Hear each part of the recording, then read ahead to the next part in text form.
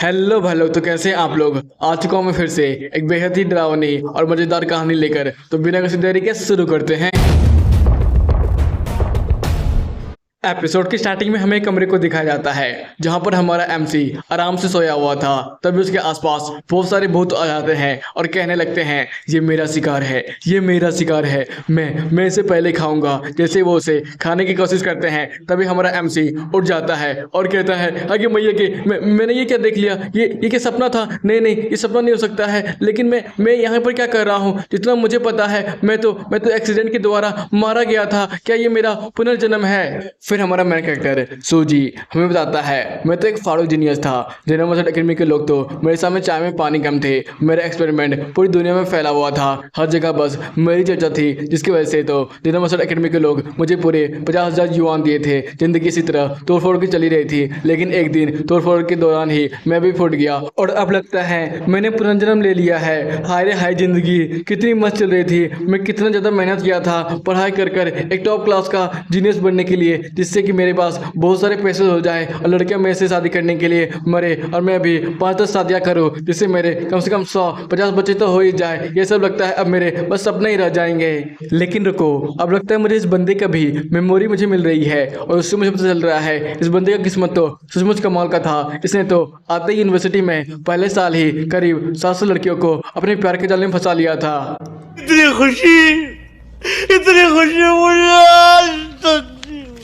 भाई हे भगवान, तेरी लीला अपरंपार है। लेकिन रुको, ये क्या, ये लड़का तो एक नंबर का चोमू निकला। इसे तो लड़कियों में कोई भी इंटरेस्ट नहीं है, बल्कि वो तो इसे इसलिए पढ़ाता था जिससे कि वो उन्हें चुना लगाकर बहुत सारे पैसे कमा सके और अपना ऑनलाइन गेम खेल सके। हे भगवान, ये लड़का तो हम जैसे लड़कों के नाम पर बस कलंक ही कलंक। हाँ यार, छोड़ो इन बातों को। फिर वो खिड़की खोलता है और कहता है, चलो मैंने फिर से पुनर्जन्म ले ही लिया है तो मैं फिर से उतना ज़्यादा पढ़ाई करने वाला नहीं हूँ और आराम से अपनी ज़िंदगी शांतिपूर्वक जीऊंगा और जितनी भी गर्लफ्रेंड इसने पटाई थी उन्हें फुसलाकर अपनी गर्लफ्रेंड बना लूंगा। सनसेट होता है यूनिवर्सिटी के कैफे एरिया की तरफ, जहां पर सूजी की गर्लफ्रेंड सूजी को देख लेती है और वो उस पर भड़कते हुए कहती है, अबे तो फिर से आ गया। मैं तुम्हें कितनी बार समझाया है मेरा पीछा मत करो, मेरा भी कितना खराब ही किस्मत है जो मैं बार बार तेरा शक्ल देख लेती हूँ। अरे भाई अब चले भी जाना, मेरा पीछा क्यों ही करता है। मैं तुझे मना कर दिया है ना कि मैं तुम्हें पसंद नहीं करने वाली हूँ, अब नहीं करने वाली हूँ। इधर तो सूजी कुछ देखकर अपने मन ही में सोच रहा था, अरे मैंने ये क्या देख लिया है,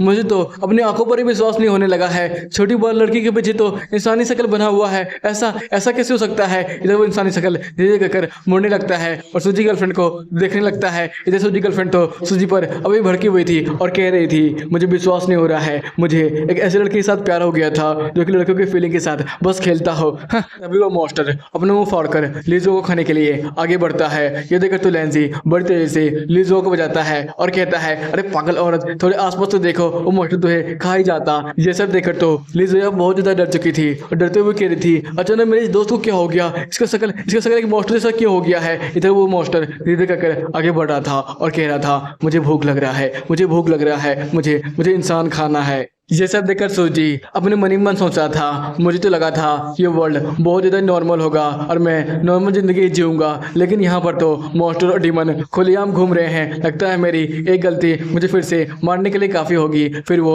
हड्डी को उठा लेता है और कहता है, ये हड्डी क्या मेरे काम आ सकती है। फिर वो हड्डी को हिलाने लगता है और कहता है, देख देख मेरे पास तुम्हारे लिए कुछ खाने के लिए है, लो उसे जाकर खाओ। फिर जैसे वो हड्डी फेंकता है वो मॉन्स्टर भी उसके पीछे टपक जाता है और हड्डी को खाने लगता है। ये सब देखकर तो सूजी हंसते हुए कह रहा था, तुम तो एकदम कुत्ते की तरह खा रहे हो हड्डी को, खाओ खाओ, मजा आ रहा होगा ना। ये सुनकर तो उस डीमन को बहुत ज्यादा गुस्सा आता है और वो सूजी के ऊपर अटैक करते हुए कहती है, तुम जैसे कमजोर इंसान की हिम्मत भी कैसे हुई मुझे कुत्ते जैसा ट्रीट करने की। ये सुनकर तो सूजी तुरंत अपने खाने के प्लेट को उसके मुंह पे दे मारता है और कहता है, अरे नहीं, लगता है मैंने अपना खाना बर्बाद कर दिया है। वैसे कुत्ते के खाने में कमी तो थी नहीं, आखिर तुम इतने भड़क क्यों रहे हो। क्या तुम्हें कोई स्पेशल खाना खाना है तो मुझे बताओ ना, मेरे पास बहुत सारी स्पेशल खाना है। जैसे कि अगर तुम मेडिसिन खाओगी जल्दी ठीक हो जाओगी, अगर तुम करेला खाओगे तुम्हें तीता लगेगा, लेकिन तुम्हारा ब्लड प्रेशर तो बहुत ज़्यादा अच्छा हो जाएगा। और वैसे तुम्हें बहुत सारा खाना भी खाने चाहिए, जैसे कि मीट हो गया, एग हो गया, इससे तुम्हें प्रोटीन मिल सकता है। इसी तरह वो बहुत सारा प्रवचन दे रहा था। ये सुनकर तो उस मॉडल को बहुत ज़्यादा तकलीफ हो रही थी और वो कहने लगती है,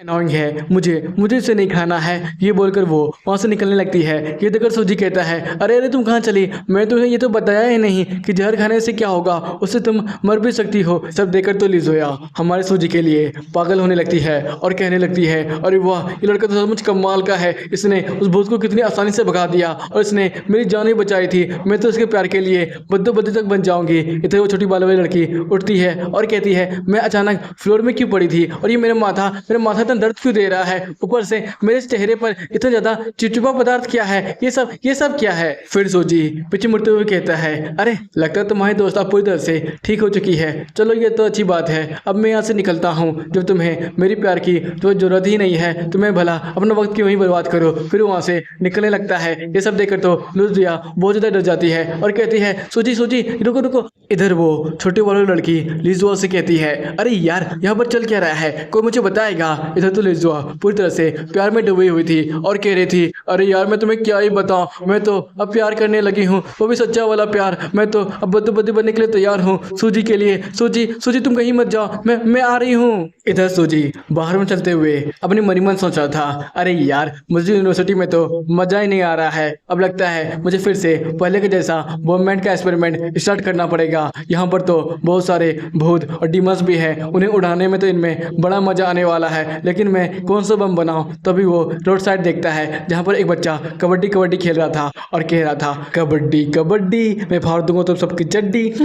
तभी वो सूजी को देख लेता है और कहता है, बड़े भैया आप वहाँ से क्या देख रहे हैं? आइए ना आप भी क्या मेरे साथ कबड्डी खेलना चाहेंगे? फिर वो उसे अपने शैडो एनर्जी के द्वारा बुलाने लगता है। ये देखकर तो सूजी कहता है, अरे नहीं बच्चे तुम ही खेलो। लेकिन तभी वो उसे पूरी तरह से पकड़कर अभी तक खींचने लगता है और कहता है, भैया यहाँ पर मना करने का कोई सवाल ही पैदा नहीं उठता है, मैं तो आपके साथ खेलना चाहता हूँ। ये बोलकर वो उसे अपने डोमेन में बुला लेता है और कहता है, तो चलिए शुरू करते हैं भूतिया कबड्डी खेलना। इधर तो सूजी जैसे उसके डोमेन में आया था वो तो एक अजीब सी जगह पर पहुंच गया था। इधर वो बच्चा उसका डॉल बना लेता है और उसके साथ खेलने लगता है और कहता है, सचमुच ये भैया तो कमाल के हैं, बहुत ज़्यादा ही इंटरेस्टिंग पर्सन। मेरा तो मन कर रहा है मैं उसे सीधे ही खा जाऊँ। तभी वहाँ पर एक छोटी सी बच्ची आती है और उसके माथे में मारते हुए कहती है, आखिरकार तुम ये सब कर क्या रहे हो? तुम्हें पता है ना अगर तुम ज़्यादा बेगुनाह लोगों को मारोगे तब तो घोस्ट हंटर की टीम तुम पड़ जाएगी और तुम्हें वो मार भी सकती है। देखो वो लोग यहाँ पर आ भी चुके हैं तुम्हें ढूंढते हुए। अब तो लगता है तुम्हारा भी खेल खत्म होने वाला है। इधर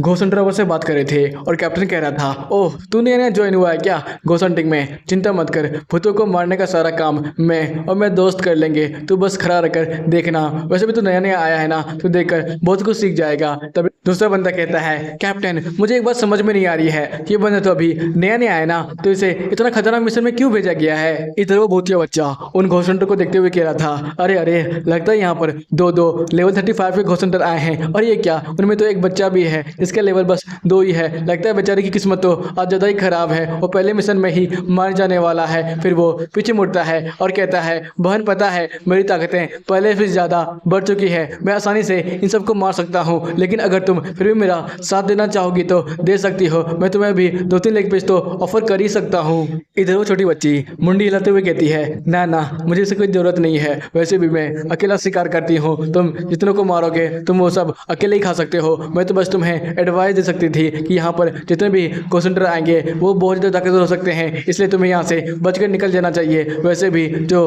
2 लेवल का घोस्ट हंटर है मुझे उसके अंदर से भी बहुत ज़्यादा डरावनी एनर्जी महसूस हो रही है, इसलिए मैं तुमसे कह रही हूँ यहाँ से निकल लो। बहन बिना रिस्क लिए तुम क्या किसी चीज़ को पाने की इच्छा करती हो, तब से ये बेकार है। वैसे भी तुम्हें अगर डर लग रहा है तुम यहाँ से निकल सकती हो, बेकार में ही मेरे रास्ता रोक रही हो, मैं तो उन सबको मारने वाली हूँ। इधर वो बहन वहाँ से निकलते हुए कहती है, ठीक है मैं बेकार में ही तुम्हें समझाने की कोशिश कर रही थी, अगर तुम मरना ही चाहते हो तो यहीं पर मर सकते हो। इधर हमारा मेन कैरेक्टर सेरोडोमेन में फंस चुका था और वो वहाँ से भागते हुए कह रहा था, अरे यार जितना तेजी से मैं भाग रहा हूँ उतना तेजी से मेरी एनर्जी भी खत्म होती जा रही है, अब नहीं लगता है मैं ज़्यादा देर तक यहाँ पर दौड़ पाऊंगा। तभी उसके पीछे वो मोस्टर आ जाता है, इसे देखकर वो फिर से दम लगाता है और वहाँ से भागने की कोशिश करता है। तभी वो किसी रूम में गिर जाता है, वो मोस्टर यहाँ वहाँ देखने लगता है और उसे समझ में नहीं आ रहा था आखिरकार वो आदमी कहाँ चला गया। ये देखकर सूजी अपनी मन ही मन सोच रहा था, अचानक इस मोस्टर को हो क्या गया है, ये मुझे देख क्यों नहीं पा रहा है, है मैं तो इसके सामने ही बैठा हुआ हूँ। फिर वो कुछ सोचने लगता है और कहता है ये एक शैडो डोमेन है। उस बच्चे की असली ताकत थी शैडो परछाई। यहाँ पर मेरी परछाई नहीं निकल रही है जिसकी वजह से ये मुझे देख नहीं पा रहा है। फिर वो आसपास देखने लगता है और कहता है ये रूम पूरी तरह से अंधेरा है जिसकी वजह से मैं यहाँ पर कुछ देर तक आराम कर सकता हूँ, लेकिन मैं आराम करूँगा तो यहाँ से बाहर कैसे निकल पाऊंगा। फिर वो आसपास की चीज़ों को देखने लगता है और कहता है यहाँ पर कुछ ना कुछ तो होगा जिसकी वजह से मैं उसे मार पाऊंगा। फिर वो एक एक सामानों को देखने लगता है और कहता है अरे यार मिल जा कुछ तो मिल जा, कोई हथियार या वेपन जिससे मैं उस मॉन्स्टर को मार पाऊँ। तभी वो एक अलमीरा में हाथ डालता है और बोलता है अरे यार यहाँ पर तो बहुत ज़्यादा ही नरम नरम कुछ है। फिर वो उसे दबाने लगता है और कहता है बड़ा मज़ा आ रहा है, लेकिन यह क्या, ये कहीं भूत तो नहीं। फिर वो तुरंत ही अपने हाथों को उठाता है और कहता है देखो मुझे मसला आता है, तुम मुझे मार नहीं सकते हो। फिर वो कुछ देर सोचता है और कहता है अलमीरा से तो कुछ भी बाहर नहीं निकल रहा है, लेकिन मैंने महसूस किया था उसके अंदर जोर कुछ ना कुछ तो था। फिर वो अपने मन में सोचता है अरे यार दबाने तो मज़ा आ ही रहा था, क्यों ना मैं इसे अच्छे से दबाऊं, वहाँ से कोई जोर बाहर निकल जाएगा। फिर वो अपना हाथ डाल के वहाँ पर दबाने लगता है और कहता है सचमुच ये तो काफ़ी ज़्यादा ही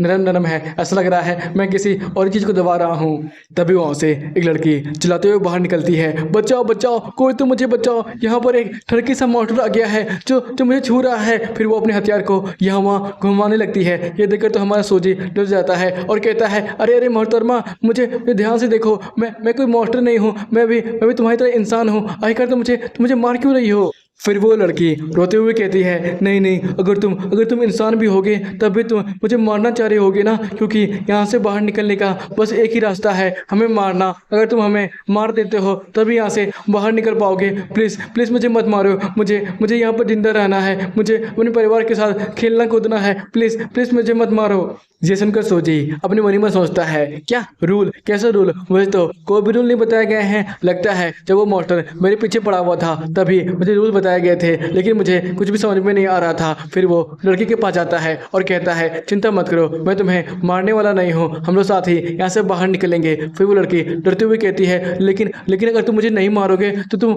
यहाँ से बाहर कैसे निकलोगे, हम सब यहीं पर फंस जाएंगे।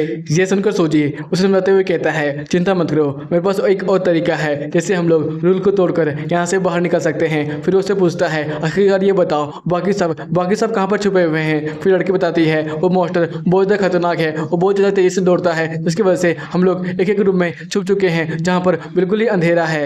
फिर सोजी कहता है ठीक है मैं तुम सबको एक जगह पे कर दूंगा, तुम लोग मेरा साथ देना, फिर हम लोग यहाँ से बाहर निकल जाएंगे। फिर लड़की भी इस बात के लिए मान जाती है।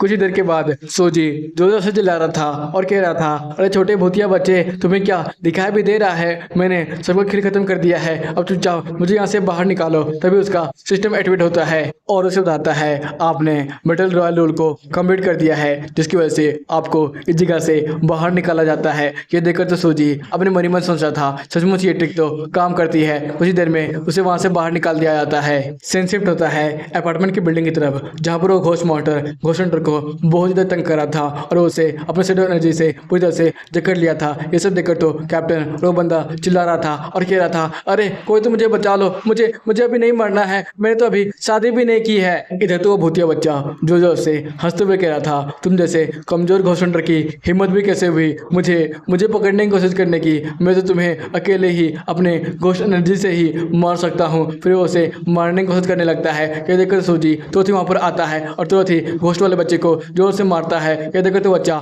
बहुत ज़्यादा शौक था और अपने मन में सोच रहा था तू बाहर कैसे निकला, ऐसा कैसे हो सकता है, बाहर निकलने के लिए तो मुझे पूरे डोमेन में ही सारे लोगों को मारना पड़ेगा और हाँ उस मॉन्स्टर को भी मारना पड़ेगा, तूने बस 1 घंटा में ही इसे सारे मॉन्स्टर को मार दिया। इधर तो हमारा सोजी बड़े एटीट्यूड में कहता है रे भूतिए बच्चे तेरे को क्या लगता है तेरे सामने कौन खड़ा है, तेरे पप्पा जी मैं तो आसानी से तेरे उस शैडो डोमेन को भी तोड़ा, सारे रूल भी तोड़े और जितने भी आदमी तूने रखे थे वहाँ पर मैंने सबका की खेल खत्म कर दिया और मॉन्स्टर का तो मत ही पूछो, ये सब तो मेरे लिए ऐसे थे जैसे मैं कोई केक खा रहा हूँ। इधर तो वो भूतिया बच्चा बहुत ज़्यादा गुस्से में कह रहा था, मैं अगर यहाँ पर मारा भी जाता हूँ तो कोई बात नहीं, लेकिन मुझे जानना है आखिरकार तुमने मेरे सेरोडोमन को तोड़कर बाहर बाहर कैसे आए। जैसे हमारा सोजी उसे बताते हुए कहता है ये तो बड़ा ही आसान काम था, क्योंकि मुझे पता था तुम्हारा सेरोडोमन पूरी तरह से शेडो एनर्जी पर ही बेस्ड है। मैंने सभी लोगों को एक जगह पर इकट्ठा किया, उसके बाद सबके शेडो एनर्जी पर बहुत जोरों से अटैक किए, जिसकी वजह से तुम्हारे डोमन को ऐसा लगा कि मैंने सबको मार दिया है, जिसकी वजह से मैं आसानी से तुम्हारे सेरोडोमन से बाहर निकल गया। जो सुनकर भूतिया बच्चा हंसते हुए कहता है ओहो, मतलब कि तुमने मेरे साथ ट्रिक का इस्तेमाल किया है, कोई बात नहीं, मैं इस ट्रिक को एक बार जान चुका हूँ, तब मैं यहाँ से निकलता हूँ। ये बोलकर वो वहाँ से भागने लगता है और कहता है मैं तुमसे दोबारा पक्का मिलूंगा, उसके बाद तुम मेरे हाथों से कभी नहीं बचकर भाग पाओगे। ये सुनकर सुनजी तुरंत ही उसकी शेडो को पकड़ लेता है और कहता है अरे बच्चे कहाँ चले, तुम हमारे हाथों से कभी बचकर नहीं भाग पाओगे। जिसकी वजह से तो उस भूतिया बच्चे को बहुत ज़्यादा तकलीफ होने लगती है और वो जो से छटपटाने लगता है। इधर तो कैप्टन को कुछ भी समझ में नहीं आ रहा था और वो अपने बगल के बंदे से कहता है भाई तेरे को कुछ समझ में आ रहा है क्या, ये जो भूतिया बच्चा यहाँ से भागने की कोशिश कर रहा था। फिर वो बंदा कहता है कैप्टन अगर आपको भी पता नहीं चला तो मुझे क्या खा के पता चलेगा। पीछे से हमारा सोजी घोषणा से कह रहा था तुम लोग यहाँ पर खड़े खड़े बकबक करना बंद करो और जाकर उस बच्चे को खत्म करो। ये सुनकर तो दोनों को सेंटर अपने अपने टेक्निक से उसके ऊपर अटैक करने लगते हैं और कहते हैं बच्चे तुम यहाँ से बचकर कहीं नहीं जा सकता है। फिर दोनों उसके ऊपर तलिस्मान का इस्तेमाल करते हैं, जिसकी वजह से वो बच्चा बहुत ज़्यादा दूर गिरता है और कहता है चुपचाप मुझे यहाँ से जाने दो, नहीं तो तुम लोग बहुत ज़्यादा ही बुरा फंसने वाले हो। मेरे पेरेंट्स आएंगे और तुम सबको मार देंगे। फिर कैप्टन उसके ऊपर बंदूक टानते हुए कहता है चिंता मत करो बच्चे, हम उन्हें भी मार देंगे और तुम्हारी तरह सीधे उन्हें स्वर्ग पहुंचा देंगे। फिर वो अपनी बंदूक से उसके ऊपर फायर कर देता है। फायर का प्रेशर तो आप लोग देख ही सकते हैं, बिल्डिंग भी आर पार हो जाती है। ये सब देखकर तो कैप्टन को भी कुछ ही समझ में नहीं आ रहा था, आखिर इस बच्चे के ऊपर इतना बड़ा छेद हो गया, लेकिन ये बच्चा फिर भी जिंदा है। इधर पीछे से दूसरा घोषणा चलाता है कैप्टन इस भूतिया बच्चे के ऊपर फिर से एक बार फायर कीजिए और इसे पूरी तरह से ही खत्म कर दीजिए। ये सब देखकर सोजी अपने मन ही मन सोच रहा था सचमुच ये लोग कोई नॉर्मल इंसान नहीं है, इनके पास जो वेपन है वो सचमुच कमाल का है, ये जरूर हाई क्वालिटी का होगा, आसानी से इस जैसे खतरनाक से भूत को भी एक बार में ही खत्म कर सकता है। तभी वहाँ पर घोषणा का नया बंदा भागे आता है और कहता है कैप्टन बहुत ज़्यादा बुरा हुआ, नीचे। तभी उसके मुँह से खून निकलने लगता है। ये देखकर कैप्टन जिसे चलाते हुए कहता है क्या हुआ, आखिरकार हुआ क्या तुम्हें, तुम्हारे मुँह से ये खून क्यों निकल रहा है। फिर वो बंदा खांसते हुआ कहता है कैप्टन नीचे साइड तो एक खूनी डोल है जो बच्चों को बहुत ज्यादा तेजी से मारती जा रही है, मैं बस बचाने के लिए जैसे गया था, लेकिन उस डोल ने मेरे पर भी अटैक किया, इसकी वजह से मेरा ये हाल हो गया है। ये सुनकर तो सोजी को उस पर कुछ शक होता है और वो उसे घूर घूर कर देख रहा था। इधर गोसेंडर तो बहुत ज़्यादा डर चुके थे और वो उसे कह रहे थे तुम तो नए बंदे हो, तुम्हारा ऐसा हाल हो गया है, हमें तुम्हें जल्द ही हॉस्पिटल ले जाना चाहिए। तभी कैप्टन उसमें चलाते हुए कहते हैं ये बेचारा बेहोश हो चुका है, हम इसे बाद में हॉस्पिटल ले जाएंगे, लेकिन पीछे तो बहुत सारे बच्चे मारे जा रहे हैं, हमें जल्दी चलकर उसके डोल को मारना पड़ेगा। ये बोलकर कैप्टन आगे बढ़ जाते हैं। इधर दूसरा घोसेंडर भी नीचे जाते हुए कहता है भाई हमें माफ़ करना, लेकिन हम तुम्हें फिर से मुसीबत में फंसा रहे हैं, लेकिन क्या तो बस थोड़ी देर के लिए ही इस घोस्ट डीमन और हमारे साथी की थोड़ी देर देखभाल कर सकता है, हम कुछ देर में वापस आ जाएंगे। इधर सोजी सर हिलाते हुए कहता है हाँ क्यों नहीं, मैं तुम्हारी इतनी तो मदद कर ही सकता हूँ। फिर वो धीरे धीरे कर शेडो हंटर के ही टीम मेंबर के पास जाने लगता है और कहता है लगता है तुम पूरी तरह से बेहोश हो चुके हो, लेकिन हम तो दोबारा मिल चुके हैं, अब तुम तो पूरी तरह से अनकॉन्शियस हो, तो क्यों ना मैं तुम्हें बहुत ज़्यादा ही नुकसान पहुँचाऊँ। ये बोलकर वो अपना बैट बहुत जोर से उस बंदे के शरीर पर मार देता है, जिसकी वजह से वो बंदा तो उससे खड़ा होता है और कहता है तुम ये क्या कर रहे हो। तो उसके अंदर से भूत निकलने लगता है और कहता है तुम बास्टर्ड, आखिर तुम मुझे बार-बार कैसे मिल जाते हो, मैं तुमसे अपना पीछा बार-बार छुड़ाता हूँ, लेकिन तुम हर बार यहाँ पर दिख जाते हो। ये सुनकर सोजी अपना हाथ हिलाते हुए कहता है नहीं यार इसमें मेरी थोड़ी ना गलती है, मैं जान जाता हूँ तुम भी मेरे पीछे आ जाते हो। फिर वो धीरे धीरे कहकर उसी शेडो डीमन के पास जाने लगता है और कहता है डीमन तो इतनी आसान से मरते नहीं हैं और ये बंदा भी मतलब बेहोश होने का नाटक कर रहा है। फिर वो कहता है तुम्हें क्या लगता है तुम यहाँ से बड़े आसानी से बचकर भाग जाओगे, तुम यहाँ से कहीं नहीं जा सकते हो। ये सुनकर तो शेडो डीमन को बहुत ज़्यादा गुस्सा आता है और उसी पर भड़कते हुए कहता है आखिरकार तुम मुझे जाने क्यों नहीं दे रहे हो, मैं अगर यहाँ पर मरूंगा तो मैं तुम्हें भी साथ लेकर लेकर जाऊंगा। फिर वो अपनी बॉडी को पूरी तरह से जलाने लगता है और उसके ऊपर चिपकने की कोशिश करता है। ये देखकर सूजी बड़ी मुश्किल से उस भूती बच्चे को झटकते हुए कहता है, अरे ये क्या हो रहा है? अचानक ये आग मेरे मेरे हाथों में लग गई। फिर वो डीमन हंसते हुए कहता है, हाँ, तुम्हें क्या लगता है तुम मुझे मारने के बाद आसानी से यहाँ बच पाओगे? चिंता मत करो, मेरे जितने भी साथी और मेरे पेरेंट्स तुम्हें मारने के लिए पक्का आएंगे। तुम भी मारे जाओगे, तुम कहीं भी बचकर नहीं भाग सकोगे।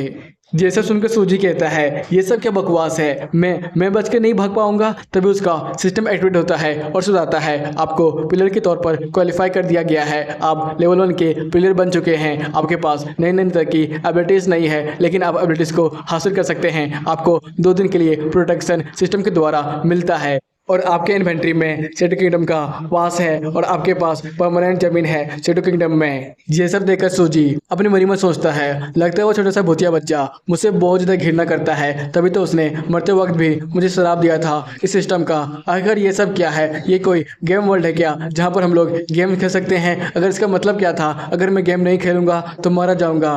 तो चलो, जब मेरे पास कोई चॉइस नहीं है तो देखते हैं कौन किसके साथ खेल खेलता है। तभी वहाँ पर छोटे मोटे धमाके होने लगते हैं और वहाँ पर जितने भी बच्चे शोडाउन में पहुँच चुके थे वो लोग बाहर आ चुके थे और बहुत ज़्यादा ही डरे हुए थे और कह रहे थे, प्लीज़ मम्मी मुझे बचा लो। और बहुत सारे बच्चे डरते हुए कह रहे थे, मुझे नहीं मरना है। ये सब देखकर सूजी कहता है, अरे बच्चों डरो मत, हम लोग तो हमारे यूनिवर्सिटी के टॉप फ्लोर में आ चुके हैं। ये हमारी दुनिया है, हम लोग आराम से और तुम्हें घर पहुँचा देंगे। फिर सारे बच्चे एक साथ पूछते हैं, शैडो कहाँ पर गया? फिर सूजी कहता है, चिंता मत करो बच्चों, शैडो तो मेरे हाथों से मारा गया है, अब वो पूरी तरह से खत्म ही हो चुका है। तो चलो अब घर चलते हैं, तुम्हारे मम्मी पापा भी तुम्हें ढूंढ रहे होंगे। ये सुनकर तो सही बच्चे हमारे सूजी के पैंट पकड़ लेते हैं और कहते हैं, धन्यवाद हमें बचाने के लिए। हमें तो लग रहा था हम लोग मारे जाएंगे। इसे सूजी जोर से चिल्ला रहा था और कह रहा था, अरे यार मुझे छोड़ दो, तुम लोग मेरे पैंटों को क्यों टान रहे हो? कुछ ही देर में सारे घायल बच्चों को यूनिवर्सिटी टॉप बिल्डिंग से उतार कर हॉस्पिटल भेज दिया जाता है। तभी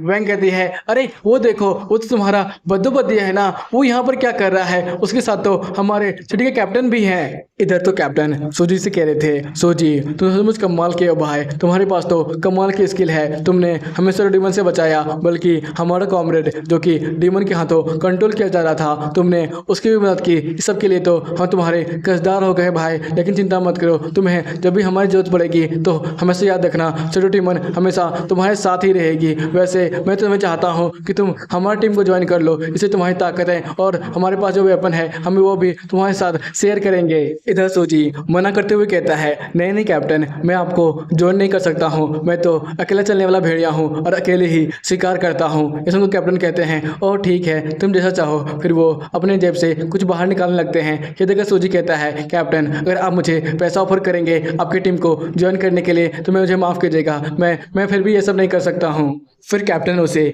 अपना एटीएम कार्ड देते हुए कहता है, भाई ऐसी कोई बात नहीं है, तूने मेरी जान बचाई है, जिसकी वजह से मैं तुम्हें पूरे 1 मिलियन ऑफर करता हूँ। मुझे पता है जब हम लोग यूनिवर्सिटी लाइफ में थे तो हमारे पास बहुत ज़्यादा ही कम पैसे थे, लेकिन मैं तुम्हें जितना भी मेरे पास पैसे हैं मैं तुम्हें ये ऑफर करना चाहता हूँ। ये सुनकर तो सुबह अपने मन में सोच रहा था, क्या पूरे 1 मिलियन? मेरे पास तो अभी बस 200 ही रुपये हैं। तभी उसका विलन साइड अपेयर होता है और कहता है, अभी क्या सोच रहा है, तेरे पूरे महीने के खर्चे के निकल जाएंगे, चुपचाप पैसे को ले ले, वैसे भी हम लोग इससे यस मौज करने वाले हैं। तभी उसका पॉजिटिव साइड अपेयर होता है और उससे कहता है, हाँ भाई सूजी ले ले, कब तो हम लोग इसी तरह झंड भरी जिंदगी जिएंगे। इधर कैप्टन भी कह रहे थे, सूजी प्लीज इसे मना मत करना, मैं बहुत ज़्यादा ही मन से दे रहा हूँ, बल्कि मैं तो तुम्हें इससे कुछ ज़्यादा देना चाहता था, लेकिन तुम वो एक्सेप्ट नहीं करना चाहते हो। हमारी कॉन्सेंट्रेट टीम बहुत ज़्यादा कमाल की है, अगर तुम जब भी ज्वाइन करना चाहोगे तो हमें इन्फॉर्म कर देना, हम तुम्हें सीधे ही अपनी टीम में ज्वाइन करवा लेंगे। इधर उसके पॉजिटिव और नेगेटिव साइड दोनों ही हाईफाई कर रहे थे और सूजी कह रहा था, हाँ अगर आप मुझे इतना कुछ देना चाहते हैं ठीक है, मैं ये सब एक्सेप्ट कर ही लेता हूँ। ये सब देखकर लिजुआ कहती है, देख वेंग देख, अच्छे से देख ले, हमारे सिटी के जो कैप्टन हैं वो भी मेरे बद्दू को तो पसंद करते हैं, वो भी उसे हीरो बुला रहे हैं। मुझे लग ही रहा था मेरा बद्दू तो 1 नंबर का हीरो बनेगा। इधर तो वेंग कहती है, तुम्हें तो सूजी की इतनी ज़्यादा तारीफें नहीं करनी चाहिए, बल्कि मुझे तो बहुत ज़्यादा गुस्सा आ रहा है। ये बंदा तो कभी हीरो बन ही नहीं सकता है। तुम्हें पता नहीं है, यूनिवर्सिटी में आते ही पहले साल ही उसने पूरे 700 लड़कियों को पटाया था, उसके बाद उसके फीलिंग के साथ कैसा खिलवाड़ किया था। ये बंदा 1 नंबर का कमीना है। नहीं यार, मुझे तो अब लगता है हमें गलतफहमी हो गई है, बल्कि ये लड़का तो हमारी मदद करना चाहता था। तुम्हें पता है जब हमारे साथ ये रहता था तो हमने इसे बॉयफ्रेंड बनाया था, ना कि बल्कि इसने हमें गर्लफ्रेंड बनाया था। और हमारा कभी भी इसने इस्तेमाल नहीं किया, बल्कि हमारे साथ बिल्कुल अच्छे से रहता था। मुझे तो लगता है ये पीठ पीछे हमें डीमन से बचाया करता था, और हम पर जब डीमन ने अटैक किया था तो उसने समय भी इसी ने हमें बचाया था। ये बंदा सचमुच कमाल का है, सारी बुरी बातें ये खुद सहता है और हमारी रक्षा भी करता है। ये सब सुनकर तो वैंग कहती है, अरे नहीं यार, अब तो लगता है ये लड़की उस बंदे के लिए पूरी तरह से पागल ही हो चुकी है। इधर हम लोग लिजुआ को देखते हैं जो कि कह रही थी मेरा बंदा आएगा घोड़ा लेकर और मुझे अपने घोड़े में बिठाकर सीधे आसमान की सैर कराएगा। सीन शिफ्ट होता है सूजी के घर की तरफ, जहां वो बैठकर कंप्यूटर से सारी जानकारी ले रहा था न्यूबी प्रोटेक्शन सिस्टम के बारे में और कॉल सेंटर के बारे में। और वो कह रहा था अगली बार जब मैं थर्ड डीमन की कासल में फंस गया था तो बड़ी मुश्किल हुई थी वहां से बाहर निकलने के लिए, क्योंकि मुझे कोई रूल के बारे में पता भी नहीं था और ना ही पता था आखिर इस दुनिया में सर्वाइव कैसे किया जाता है। ना ही मेरे पास कोई अच्छा सा वेपन था, इसलिए जब प्रोटेक्शन हट जाएगा तब मेरी समझ भी आ सकती है। उससे पहले मुझे बहुत सारा सामान जुटाना पड़ेगा जिससे कि मैं आसानी से न्यूबी मिशन को कंप्लीट कर दूं। फिर वो अंग्रेज लेते हुए कहता है अब तो लगता है बहुत ज़्यादा भूख लग गई है। जैसे वो उठता है तभी उसका बेल रिंग होता है। ये देखकर वो कहता है अरे यार, इतनी देर रात कौन ही आया होगा। फिर वो गेट खोलता है और कहता है आखिर तुम यहाँ पर क्या कर रही हो। ये सवाल सुनकर तो एक पल के लिए लिजुआ भी कंफ्यूज हो गई थी और वो अपने मन ही मन सोच रही थी ये बंदा क्या मुझे भूल गया है, मैं तो उसकी एक बार गर्लफ्रेंड भी रह चुकी हूँ। फिर वो इस्तेमाल करते हुए कहती है तो क्यों ना हम लोग बाहर घूमने के लिए जाएं, वैसे भी हम लोग रात में घूमना बहुत ज़्यादा पसंद करते थे, तो चलो ना चलते हैं। इधर तो सूजी के दिमाग में बस एक ही बात चल रही थी, इतनी देर रात हो गई है और ये लड़की मुझे घूमने के लिए बाहर बुला रही है, ये क्या पागल हो चुकी है। बाहर में इतने सारे भूत और डीमन घूम रहे हैं, इसे क्या मरना है, अगर मरना है तो मरे, मुझे क्यों ले जा रही है। फिर वो उसके मुंह पर ही दरवाजा बंद कर देता है। अरे पागल औरत, तू तो यहाँ से भाग ले और दोबारा मुझे कभी तंग करने की कोशिश मत करना। ये सुनकर तो लिजुआ का बहुत ज्यादा गुस्सा आता है और वो उस पर भड़कते हुए कहती है आखिर तुम्हारी हिम्मत भी कैसे हुई मेरे मुंह पर दरवाजा बंद करने की। अब तो तुम देख लो, मैं तुम्हारा पीछा कभी नहीं छोड़ूंगी, तुम जहां जाओगे मैं भी तुम्हारे पीछे आऊंगी। सीन शिफ्ट होता है अगले दिन यूनिवर्सिटी ग्राउंड में, जहाँ पर लिजुआ फिर से सूजी को देख लेती है और कहती है सूजी कैसे हो तुम। फिर वो डाइनिंग हॉल में भी सूजी को तंग करते हुए कहती है वाह तुम कितने प्यार से खाते हो। फिर सूजी बाथरूम जा रहा था और उसके पीछे ही सूजी पड़ते हुए कहती है अरे सूजी कहाँ जा रहे हो तुम, इधर तो बहुत ज्यादा अंधेरा है। फिर सूजी बहुत ज्यादा ही डरावने अंदाज में उसे घूरते हुए कहता है तुम क्या अब मुझे बॉयज टॉयलेट में भी टॉयलेट करने नहीं देने वाली हो। ये सुनकर लिजुआ शर्माते हुए कहती है अरे मुझे माफ करना, मैं तो ध्यान ही नहीं रहा, चिंता मत करो, मैं तुम्हारे दरवाजे के सामने ही खड़ी रहूंगी।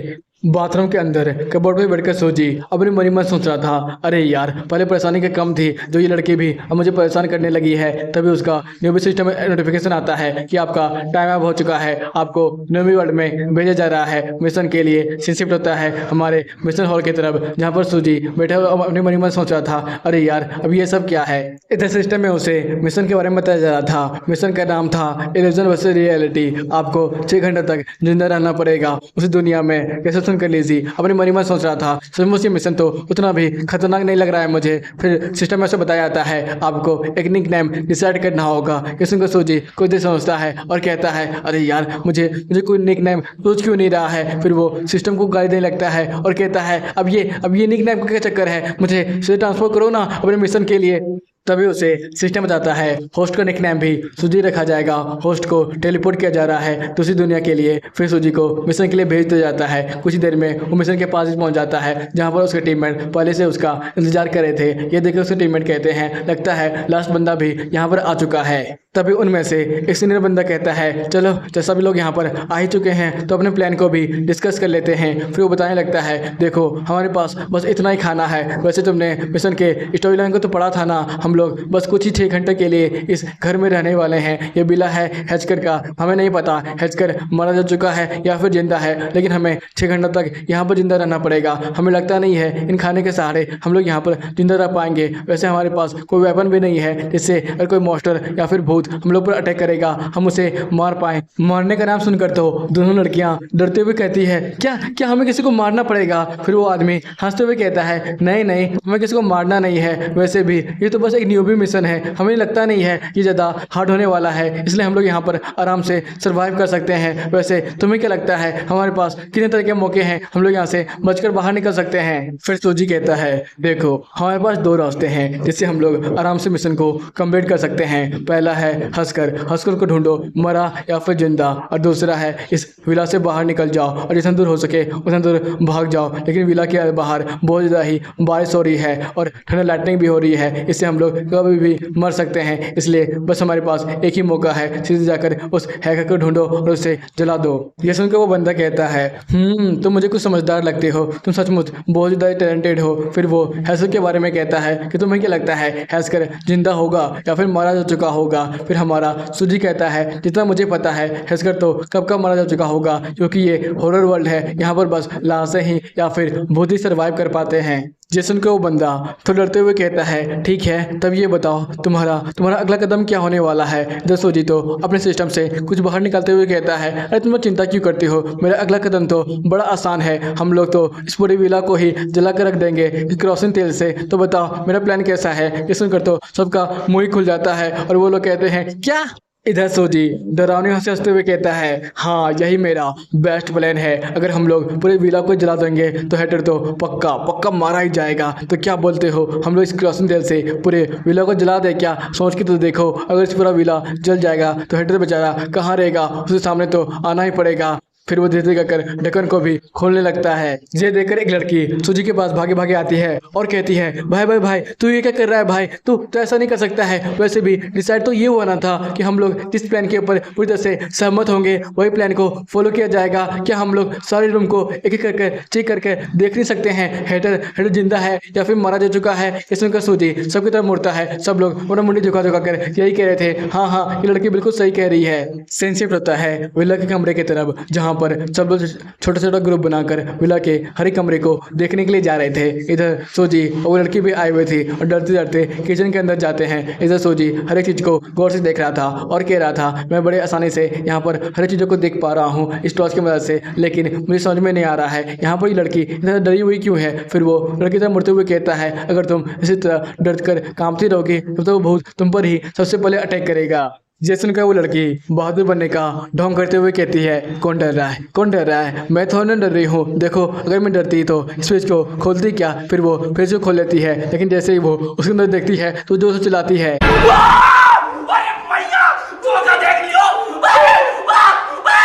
फिर सूजी उसे शांत करते हुए कहता है अरे इतनी जोर से मत चिल्लाओ, नहीं तो लोगों को गलत समझ में आ जाएगा। फिर वो टॉर्च उस फेस की तरफ मारता है और कहता है जरा उसे अच्छे से देखो तो वो तो वाटरमेलन है, वो भी आधा कटा हुआ, तुम्हें क्या वाटरमेलन पसंद है तो जाके खा जाओ। फिर वो उसकी तरफ देखते हुए कहता है सचमुच ये लोग तो बहुत ज़्यादा कमीने हैं, हमें डराने की कोशिश कर रहे हैं। फिर लड़की जबरदस्ती दूसरा फ्रिज का भी दरवाज़ा खोल देती है और कहती है देखो वहाँ पर भी एक वाटरमेलन रखा हुआ है हम सबको डराने के लिए। उन्हें क्या लगता है हम लोग दोबारा डर जाएंगे।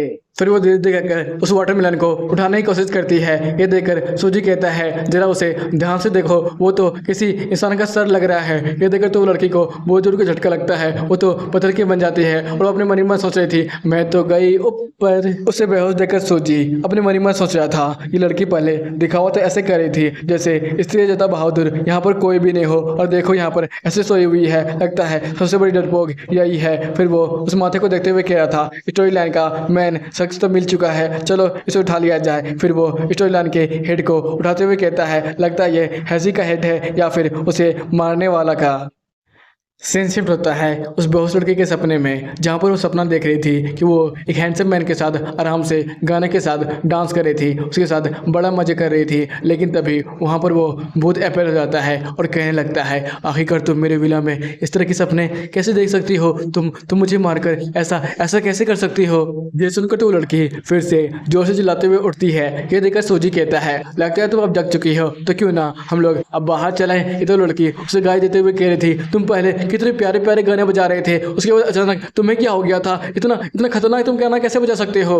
ये सुनकर तो सूजी हंसते हुए कहता है, अरे यार ये सब तो मेरा टेस्ट है, ये बताओ मजा आया कि नहीं? ऊपर से मेरे रेडियो बॉक्स में तो पूरे 600 गाने बजे हुए हैं, तुम्हें जब भी मन करे तब बजा लेना। तुम चाहो तो अभी भी गाने सुनते हुए हम लोग बाहर की तरफ जा सकते हैं। ये सुनकर वो लड़की रोते हुए कहती है, नहीं नहीं नहीं, अगर इसका गाने का टेस्ट ऐसा ही रहा तब तो एक रात पक्का किसी लड़की का सपने में ही बलि चढ़ जाएगा।